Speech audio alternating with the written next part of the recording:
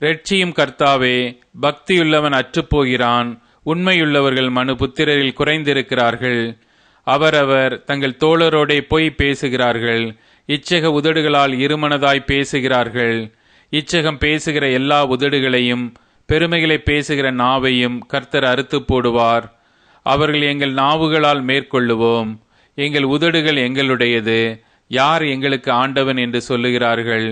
ஏழைகள் பாழாக்கப்பட்டது நிமித்தமும் எளியவர்கள் விடும் பெரும் மூச்சு நிமித்தமும் நான் இப்பொழுது எழுந்து அவன் மேல் சீறுகிறவர்களுக்கு அவனை காத்து சுகமாயிருக்க பண்ணுவேன் என்று கர்த்தர் சொல்லுகிறார்.